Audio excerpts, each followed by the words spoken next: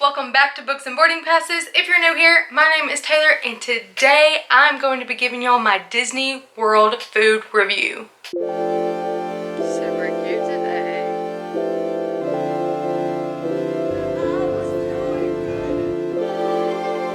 Alright, just so y'all know, I will be doing a separate video for Universal Studios. Also, Epcot, just because there's so much food consumption there. That'll be linked down in the description just before I get started. Disclaimer. We use the Disney dining plan when we're at Disney World, and so the prices that I'm giving you aren't necessarily what we physically paid out. I just want to let y'all know how much these items cost, so that way when you're comparing, hey, do I want to get a Disney dining plan or do I just want to pay cash while I'm there? That might be helpful. But I just wanted y'all to know that most of these we actually used on our Disney dining plan. Alright, so our first day at Disney back in December of 2019, we were actually coming from Universal Studios. So we had kind of like a half day transition day where we weren't going to the parks. So my husband and I decided to go to Disney Springs and walk around and just kind of see what looked good to us. We didn't have anything planned. We ended up at Wolfgang Puck Express.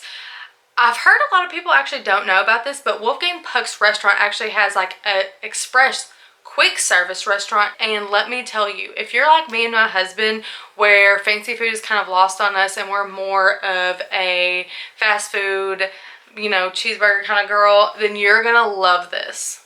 Oh my gosh. Okay, so we ate at Wolfgang Express. Yeah, Wolfgang Puck Express. And I had a margarita pizza and fries. I had the meatloaf sandwich, sweet potato fries, and macaroni and cheese. What was your rating? Probably a good 4.5. Mine's probably 3.5, 4. It was good. It's actually pretty good. Because we got so many sides that didn't come with our meals, it was a little bit more expensive. And we got Cokes instead of water, so I think it was like $50. But definitely good. Just got done at Disney Springs. We're going back to our resort. Did not film that part because it took us forever.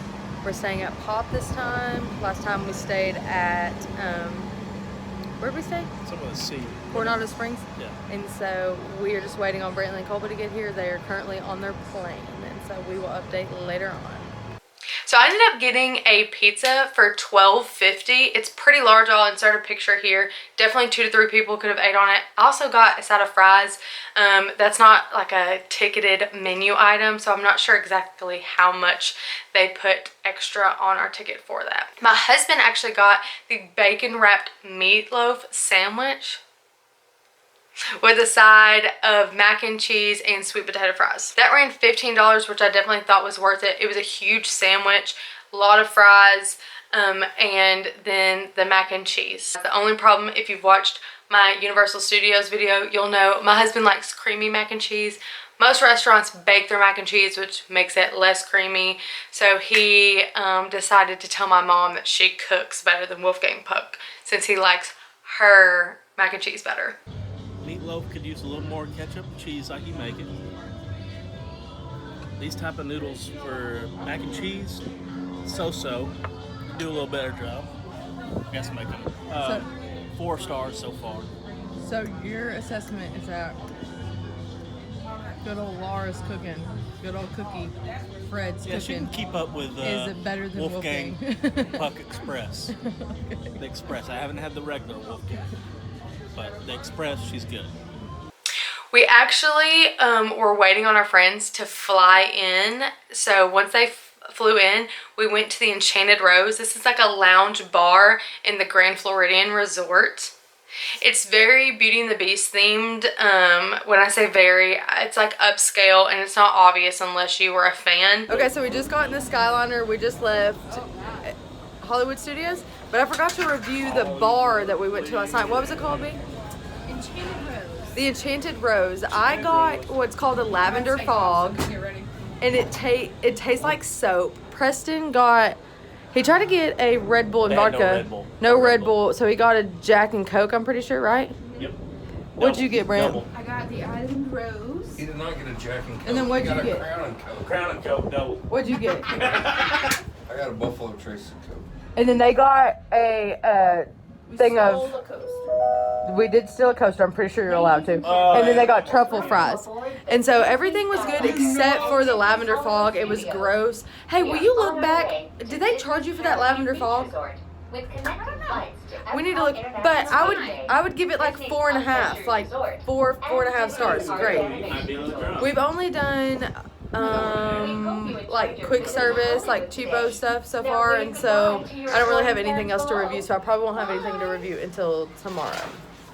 But we did eat lunch and dinner actually at Pop Century, which is a resort we were staying at. I got chicken strips and french fries the entire time we were there. That runs you about $10.50 and they give you a ton of food. So if you're getting this for kids, at least the first time, if you are not sharing or whatever, try getting one if you have picky eaters or people that don't eat a lot, and see if they can split it, and if not, just go get another one. But it is a lot of food. Next day we went to Animal Kingdom and ate at Yak and Yeti.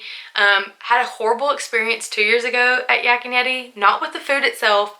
I just had a misunderstanding with the woman taking my order. She heard that I wanted to order 4 hot dog french fry combos and I only wanted 1, so it ended up with me accidentally buying $70 worth of hot dogs. When she went to try to fix it, it took 7 to 10 business days to get my money back on my card, and that was the first day we were at Disney. And we all know that you lose $70 at Disney on the first day, you're gonna have some problems.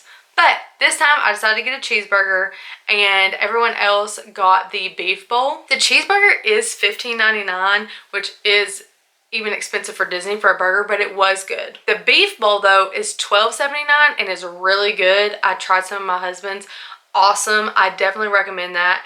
It just is beef, some veggies, rice. Really good if your kiddos will eat that, and definitely adults. That's the way to go if you were at Animal Kingdom. Later that night, we headed over to the Polynesian Resort to do the Spirit of Aloha Luau. And I wanted to preface this by saying I think that everyone should do this. I think it's almost like a rite of passage for Disney. Like, it's something you just have to do if you can afford it, but it is expensive. Now, this is a dinner show, so there's a show. It's great. It incorporates a lot of different dances that are traditionally from different Polynesian cultures, and so that was really fun. A lot of fire action, so kiddos will love that, all the way up to adults. That was awesome.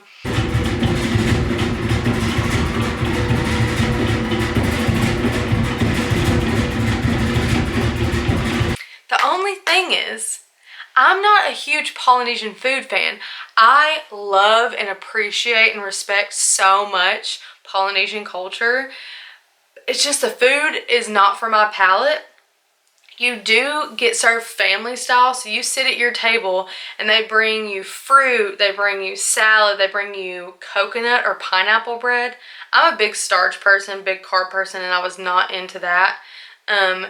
Then they bring you pulled pork, ribs, and chicken. That was all really good, but nothing to write home about, nothing super special. And then they also bring you like some veggies, and for dessert you can have either like a pineapple guava cake or a traditional chocolate cake. Really, really good on the desserts. You also have unlimited drinks. That includes beer, wine, and sangria. You can't get a Jack and Coke or anything like that unlimited, but it does come with that purchase price, so I think that's a good thing to know. I didn't like the food too much, like I said. I definitely would rate the food like 3 out of 5 stars, but I do think it's one of those things that if you're a Disney person, I definitely recommend doing it, especially if you love Polynesian culture, if you have kids, anything like that. Plus, it's great just to go over to the Polynesian if you're not staying there, because it is a beautiful resort and it's one of the original resorts at Disney World. The next day, we headed over to Hollywood Studios, to the new Star Wars World, and went to Oga's Cantina for lunch. And you'll understand why I'm saying lunch here in a little bit. So Oga's Cantina actually is like a bar, like it is in the movies. I've never watched Star Wars movies, so it's not that I'm not a fan. I just don't have the knowledge to be a fan. The world was really immersive and really cool, but to my understanding, Oga's Cantina is an actual bar in the movies, and so they really replicated that there at Disney World. So do not go there thinking that you are going to have a full-blown meal and some drinks, because you're not. Also, we were up at the bar only standing room, so there wasn't any seats. There were some other places that had seats, but most everyone was standing. So if you're looking for somewhere to get off your feet and relax, this is not the place. It's loud, it's rowdy. It's great if that's what you're into on a typical bar scene, but if you're looking for somewhere to chill as an adult at Disney, Oga's Cantina is not it. I literally had to pull up the menu so I can explain to you these weirdo drinks. This is not a typical bar. You cannot go in there and ask for an old fashioned, anything like that. They only serve the cocktails that are on their menu. And let me tell you, they are not cheap. I know this is Disney, but when I say they're not cheap, I mean they're not cheap for Disney. So I got the Fuzzy Tauntaun, I think is what it's called. It's like peach vodka, peach schnapps, some tangerine, some orange, cane sugar, and then it had like this little bubbly thing at the bottom. I'll show you. Okay, now that y'all can see that little gif of that. Okay, so you can see the glass is really thin. That was $16. My husband got the T16 Skyhopper. This thing looked disgusting, but everybody else that tried it said it was really good. It was vodka, some kind of melon liqueur, kiwi, and half. Not a dairy person. I'm not trying to get bubble guts in the middle of Disney World. No ma'am, some of us got lactose intolerance, okay? But he said it was really good. That also ran $16. The funniest one of them all had to be my best friend Brantley, her husband. He is a large man, as you can see in this picture, and he got the Jet Juice. This is Maker Mark's bourbon, chili liqueur, acai liqueur, grape juice, and lemon juice, and the drink was about yay big. So when you're a 6'5", 6'7", however tall he is, man, holding that little bitty drink that cost $15, it looked crazy. And then to top it all off, Brantley, my best friend, she's the Star Wars fan of our group, got the $45 Yub Nub. Now, I know you're like, $45 drink, what are y'all talking about? It does come with the glass. This is the only drink that comes with the glass that you can take home with you out of all the ones that I've named. It is a Malibu pineapple rum, Sailor Jerry spiced rum, some citrus juices, passion fruit, served in a souvenir mug. So, they actually gave her a new mug. She didn't have to keep the one that she drank out of that obviously had juice and everything and liquor all in it. They gave her a fresh mug, but it did cost $45. It was fairly large though. That was the largest drink out of any of ours, and I tasted it. It was really good, but you have to be a mega fan to want to get that cup for $45. All right, later on that night, we went to the Sci-Fi Dine-In Theater. This was really cool from pictures, but let me give you a tip. Do not sit in the car tables. I know it seems cool, but half of them you can't even face each other properly, and it's kind of a weird environment because it's like a drive-in, so people are like halfway talking, halfway not.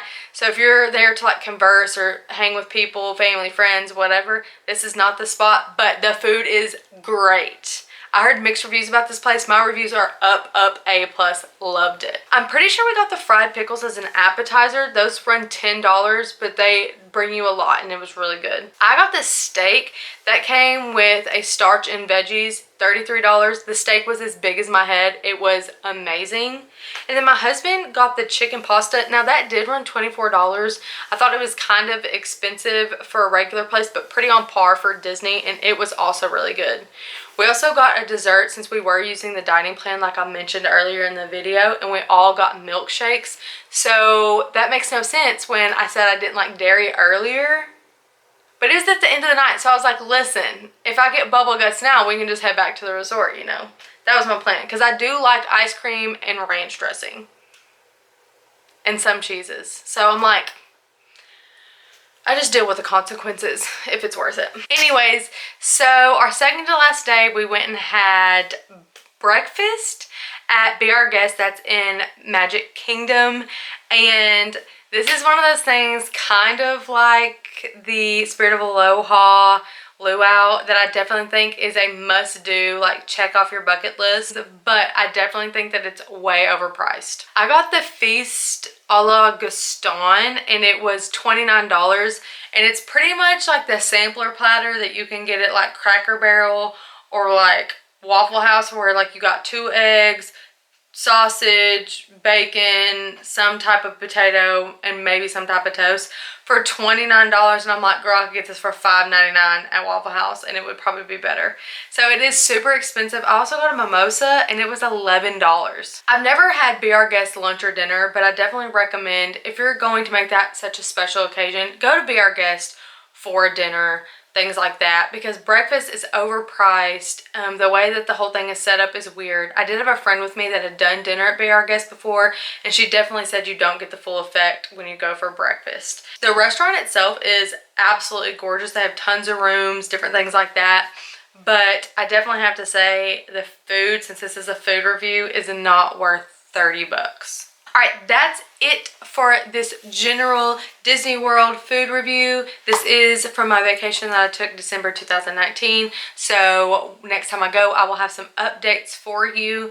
I also did a separate video just for Epcot since there's so much for it by itself. That was also for the same vacation. I also did a food review for Universal Studios Orlando. So go check those out. They'll be in the description along with my social medias like Instagram, Twitter, Goodreads, things like that. Leave me a comment down below and tell me if you disagreed with any of my opinions, which is fine. I welcome that. Or if you have any recommendations on places I should eat next time I go to Disney, I would greatly appreciate it. I love Disney recommendations more than anything. Also, give this video a thumbs up if you liked it. Thumbs down if you didn't. Express yourself. That's what we're about here at Books and Boarding Passes. And until next time, don't forget to do what you dig. Bye, guys. Real quick, I did want to show you my cute jersey shirt that I actually made and have for sale up on my Etsy shop. It has the cute little swirl from Moana. The blue is all glittery with the glow in the dark. And then it also has Voyager on the back. How cool. Oh, I just knocked my ears off. How cool. Yes. I would put the link in the description to these ears, but these are no longer for sale. If the shop is still open, I'll put the shop. But just wanted to give y'all a little tilly bit before I headed out.